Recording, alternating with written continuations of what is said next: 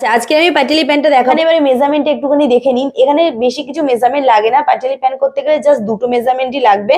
এখানে এক লাগবে ঝুলের মাপ, তো এখানে আমার প্যান্টের ঝুল আছে 40 ইঞ্চি। আর 2 নম্বর লাগবে মুহুরির মাপ, এখানে মুহুরি আছে আমার 13 ইঞ্চি। আর এখানে আরেকটা মেজারমেন্ট লাগবে, সেটা হচ্ছে পাছার মেজারমেন্ট। পাছার মেজারমেন্ট এখানে আমার আছে 49 ইঞ্চি, হাফ ইঞ্চি কম 50 ইঞ্চি। ঠিক আছে, 50 ধরেও চলতে পারেন। এই তিনটে মেজারমেন্টই লাগবে, আর বেশি কিছু মেজারমেন্ট লাগবে না। এর ওপরেই আমরা পাটিয়ালি প্যান্টটা করবো। তো এখানে 2.5 মিটারের থেকে একটু কম আর 2 মিটারের থেকে একটু বেশি কাপড় আছে। তো প্রথমে কাপড়টাকে 4 ভাঁজ করে নেবো। তো এইভাবে দেখুন আমি 4 ভাঁজ করে নিয়েছি। এইবারে জাস্ট এখানে কিচ্ছু নেই, পাটিয়ালি প্যান্ট কিন্তু অনেক বেশি সহজ। এখানে কিচ্ছু নেই। এখানে আপনি যদি আপনার মনে হয় কাপড় ওখানে জুড়বেন, জুড়ে একটু ঘের বেশি দেবেন পাটিয়ালি, সেটাও করতে পারেন। যদি নাও জুড়তে চান নাও জুড়তে পারেন। এখানে আমার মোটামুটি যথেষ্ট কাপড় এসছে, কিন্তু তাও যদি আমার কাপড় এখান থেকে বাঁচে না, আমি এটাকে নিয়ে এই চওড়ার যে পোর্শনটা আমি ওদিকে জুড়ে দেবো। দিলে কি হবে, চওড়াটা আরো বড় হয়ে যাবে, কুচিটা বেশি পড়বে, ঘেরটা ভালো আসবে। যদি আপনাদের কাপড় কম থাকে জুড়ে অনেকে করে, আর যদি আপনি কাপড় বেশি নেন, যদি 3 মিটার কাপড় এটা হতো তাহলে আমি আর জুড়তাম না। ঠিক আছে, 3 মিটার কাপড় 4 ভাঁজ করার পর এর চওড়াটা অনেক বড় চলে আসে, তো কুচির জন্য যথেষ্ট। তো এবারে এখানে কি করতে হবে সেটা দেখুন। প্রথমে এখানে নিয়ে নিতে হবে আপনাদের ঝুলের মাপটা। এখানে আমার ঝুল কত আছে, এখানে আমার ঝুল আছে, প্যান্টের ঝুল আছে 40 ইঞ্চি। প্রথমে আপনাদের ডিসাইড করতে হবে আপনি কতটা বেল্ট করবেন। তো আমি এখানে বেল্ট কত নেব সেটা আমি আগেই ডিসাইড করে নেব, যে আমি বেল্ট কতটা করতে চাইছি। আমি এখানে বেল্ট করব 8 ইঞ্চির বেল্ট করব। আমাদের মতো নর্মাল এরকম মেয়ে হলে, খুব বেটে নয় খুব লম্বা নয়, ঠিকঠাক হাইটের মেয়ে হলে তাদের জন্য আপনি 7 ইঞ্চি 7.5 ইঞ্চি নিয়ে নিন, কোনো প্রবলেম নেই। একটু বেশি লম্বা হয়ে গেলে 8 ইঞ্চি 8.5 পর্যন্ত নিয়ে যেতে পারেন। অনেকে 9 করে, বেশি লম্বা করবেন না। বেশি লম্বা করলে কুচির পোর্শনটা অনেক নিচে চলে আসে, দেখতে ভালো লাগে না। এখানে আমি বেল্ট রাখবো 8 ইঞ্চি। তো টোটাল ঝুল থেকে আমি দুটো পার্ট আলাদা আলাদা করে 8 ইঞ্চির বেল্ট বসাবো, তাই 8 ইঞ্চি ওপরে ছেড়ে দিচ্ছি। ছেড়ে দিয়ে এবারে এখান থেকে আমি টোটাল ঝুলটা নেব, আমি কত ঝুল করতে চাইছি এইরকম ভাবে ধরে। আমার এখানে টোটাল ঝুল ছিল 40, তো 40-এর সাথে এখানে আপনারা যারা মুহুরির কাপড় একসাথে অ্যাড করতে চাইছেন, এখানে একসাথে রেখে দেবেন মুহুরির কাপড় এক্সট্রা করে, আর পরে মুহুরির জন্য কোনো পট্টি বসাবেন না, এখান থেকে ডবল ফোল্ডে মুড়িয়ে দেবেন। তারা কি করবেন, 40-40-এর পরে যে যতটা মুহুরির কাপড় রাখতে চাইছেন, সে একটু দেখবেন পাটিয়ালি প্যান্ট একটু চওড়া হয়, তো আপনি 2 ইঞ্চি 1.5 ইঞ্চি যে যতটা করতে চাইছেন নিচে সেটা প্লাস করে নেবেন সেলাই মার্জিন হিসাবে। এটা আপনার ব্যাপার। অনেকে আবার কি করে, নিচের কাপড় মানে কম থাকার জন্য এক্সট্রা পট্টি বসাই। আমার টোটাল ঝুল এসছে 40, এইখানে এইরকম ভাবে দাগ দিলাম। এরপরে এর থেকে আমি 1.5 ইঞ্চির মতন এক্সট্রা নেব, যেটা আমরা বললাম আমি মুহুরির পোর্শনে কাপড় জুড়বো না, এর সাথেই বসিয়ে দেবো, ওই জন্য আমি 1.5 ইঞ্চি নিচ্ছি। আপনারা এখানে 2 যা খুশি নিতে পারেন, আমি 1.5 নিচ্ছি। এই হচ্ছে আমরা মেন কাপড় নিলাম, হয়ে গেল। তো এর এই দাগটাকে আমরা স্ট্রেট করে দেব। ঝুল রেডি। এবারে এখানে প্রথমে আমি মুহুরির জন্য দাগ দিয়ে দেব, তারপরে অপর কাজটা আমি করব। এইবারে একটা কথা বলি, আপনারা চাইলে এইটা পুরো এরকম কেটে বাদ দিয়ে দিতে পারেন, আমি এখানে দেখিয়ে দিচ্ছি। দাগটাকে পুরো এরকম স্ট্রেট করে নেবেন। স্ট্রেট করলাম, প্রথমে আপনারা এই দাগটাকে কেটে নেবেন।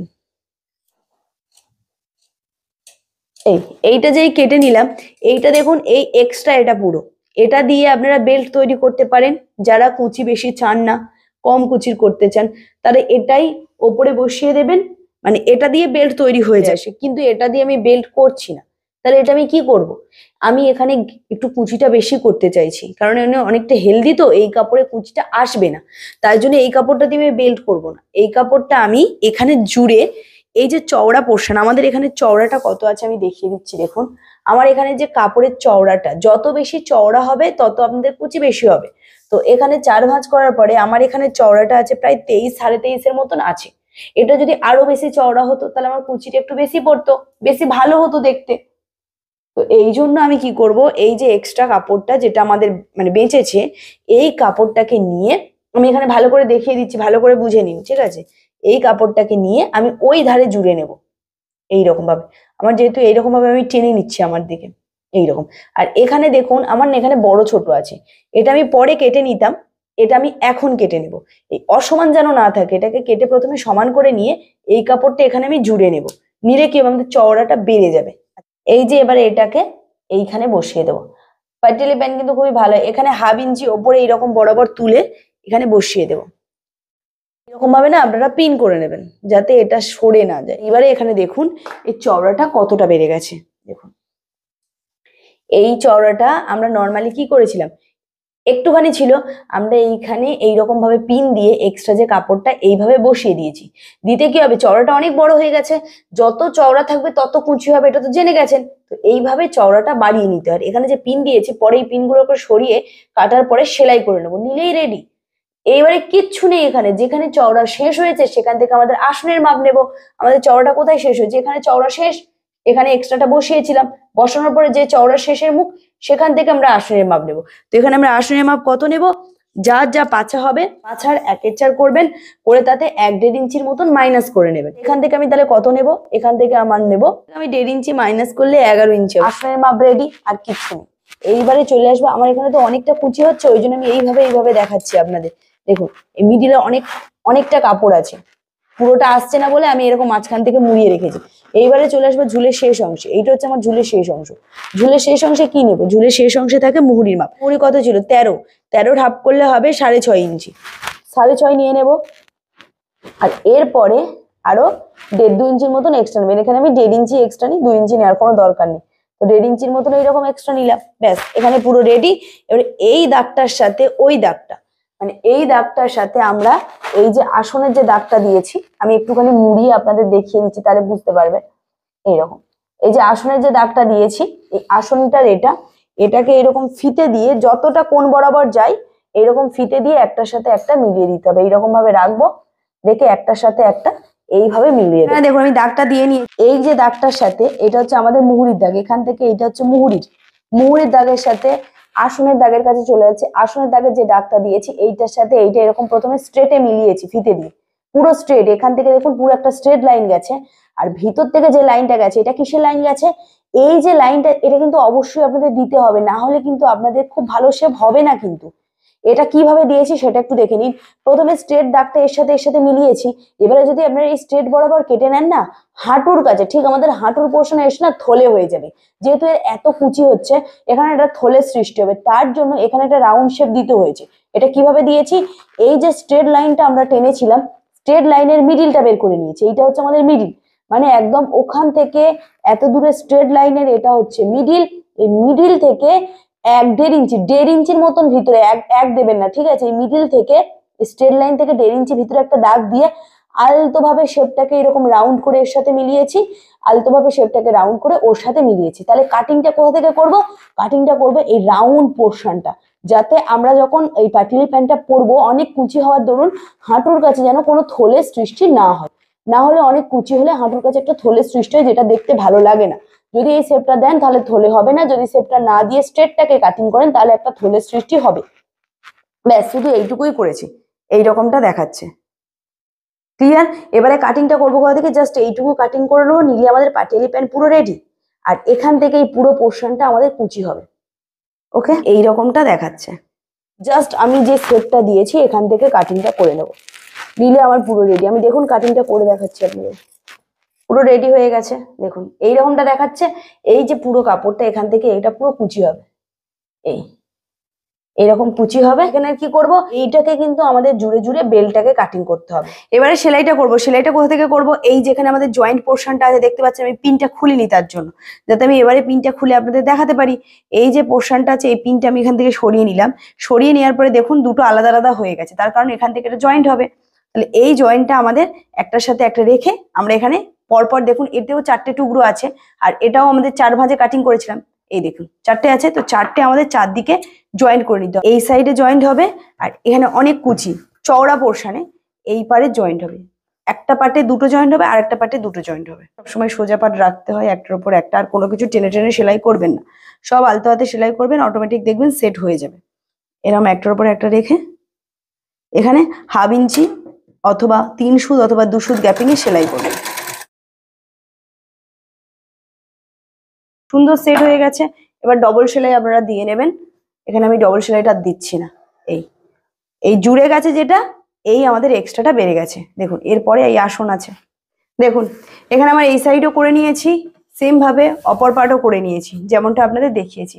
দু সাইডেই আমি করে নিয়েছি। এইবারে কি করব, অনেকটা বড় তো দেখাতে একটু প্রবলেম হচ্ছে, আপনারা বুঝে নেবেন, ঠিক আছে। এবারে একটার সাথে একটা পার্ট রেখে সেলাই করতে হবে। যেহেতু 4 ভাঁজে কাটিং করেছি, দুটো পার্ট কিন্তু আমাদের বেরিয়েছে, এটা একটা পার্ট, আর দেন সেম আরো একটা পার্ট হয়, সেই পার্টটাতেও দুদিকে আমি সেলাই করে নিয়েছি।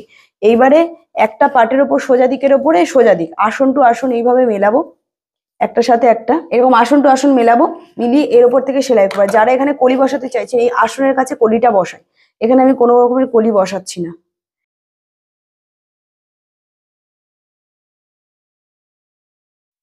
দেখুন বুঝতে পারছেন, এইখানে দেখুন সোজা পাটের সাথে সোজা পাট আছে, এইটা একটা আসন, একটার সাথে একটা রেখে সেলাই করেছি। আমি এইভাবে দেখুন টেনে টেনে আপনাদের দেখাচ্ছি যে কতটা কাপড় আছে। দেখুন এইভাবে, এই দেখুন এই হচ্ছে আর একটা আসন যেটা আমি সেলাই করে নিয়েছি, একটার সাথে একটা রেখে সেলাই করেছি, দুটো আসন তাহলে সেলাই কমপ্লিট হয়ে গেছে। এইবারে এখান থেকে পুরো কাপড়টাকে এইরকম ভাবে আমরা কুচি ফেলবো। কুচি ফেলার আগে আমরা কি করতে পারি, অনেকগুলো করে নিতে পারি, যেমন হচ্ছে আমরা নিচের মৌরি পাট করে নিতে পারি। তো এখানে আমি মৌরি পাট পরে করব, তার আগে আমি এখানে বেল্ট পোর্শনে যে কাপড়গুলো জুড়তে হবে সেগুলো জুড়ে নেব।